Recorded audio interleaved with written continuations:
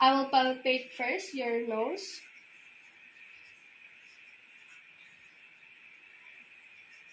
Please hold your nose and then breathe. Inhale. Exhale. Please close your eyes as I'm going to put a substance and then recognize what it is. Coffee. Open your eyes.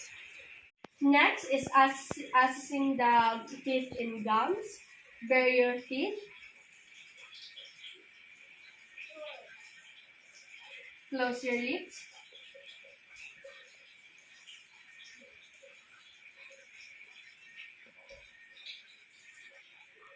Open your mouth.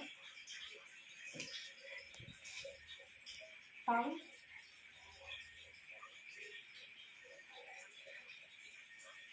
Open your mouth.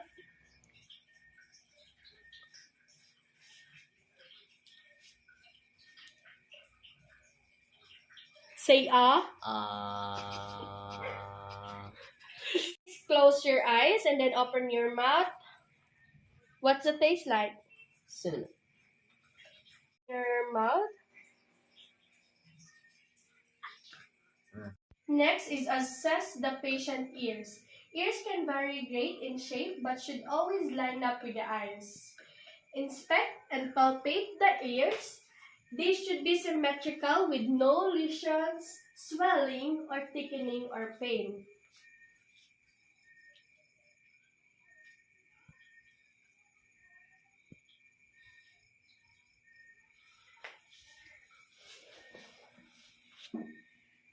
Next is palpate the mustard process behind the ears.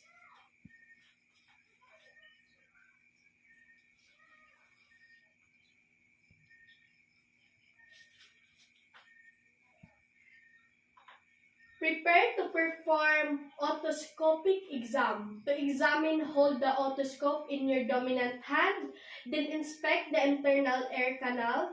Next, examine the tympanic membrane, and then for the voice test, gently occlude one of the patient's ears with your finger, then test the other ear as you stand 1 to 2 feet away from him, and then I ask him to close his eyes.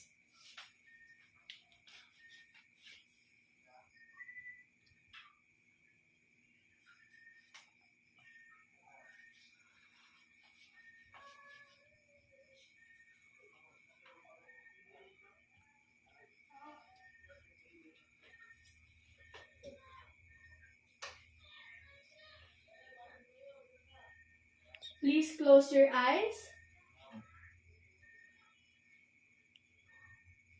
I will put my fingers in your ears and then I will whisper 2-syllable word. You should be able to repeat the word I said.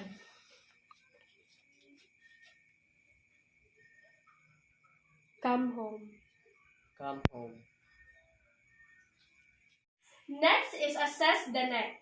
First is inspection. I'd like to lower you down.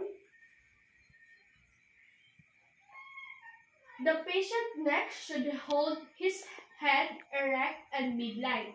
It should have symmetrical muscles and no swelling. Is it painful? No. Assess the neck active ray of motion by having the patient touch his skin and the chest, turn his head to the right and left,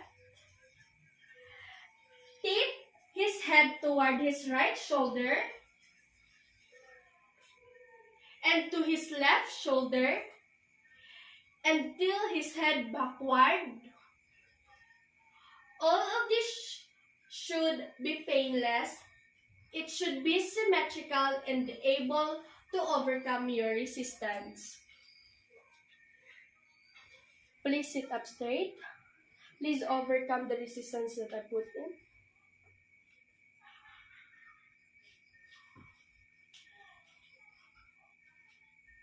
Turn your head to the right side turn your head at the right side as I apply resistance in your chin. And then turn your head to the other side, and as I apply resistance to the other side of the chin.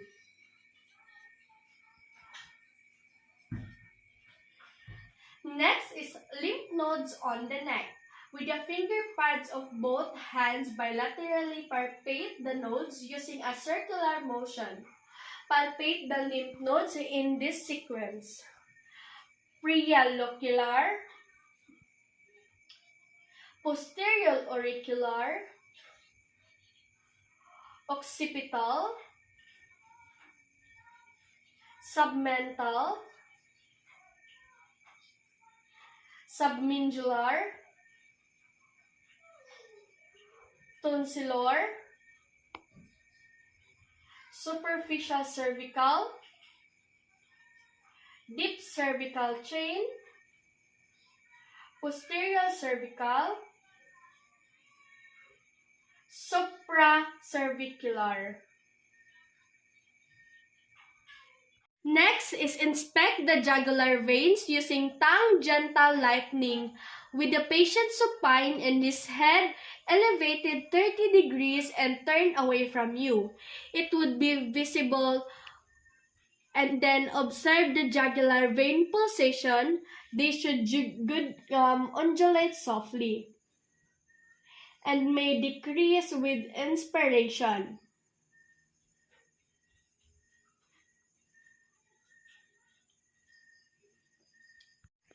Now, with the patient sitting up, identify the trachea by locating the external notch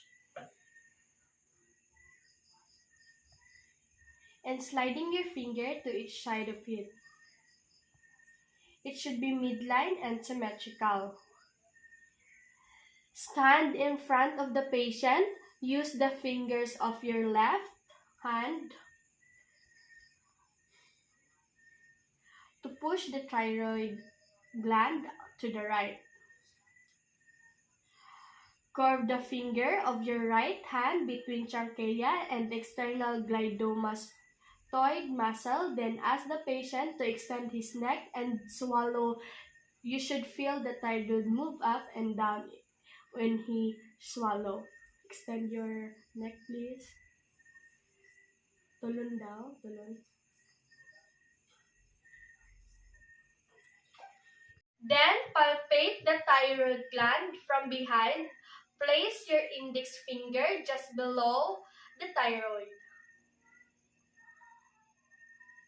Palpate both lobes and the isthmus. Instruct the patient to sip and swallow the water. Paliw ko giinom, sir. Observe the carotid artery for visible palpation. Gently palpate the carotid artery using index and midline finger.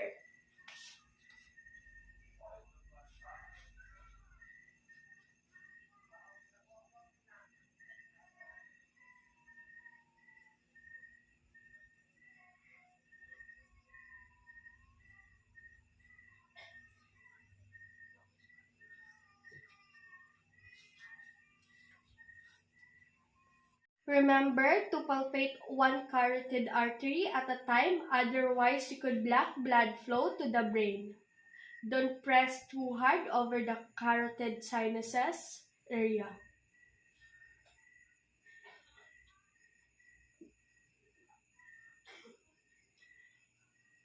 because it can cause vagus stimulation. Have the patient take a deep breath and hold it as you listen the carotid artery with the bell of your stethoscope. You should not hear breathing. Please, sir, take a deep breath. Yang malalim. Inhale. Thank you. That's the end of the assessment.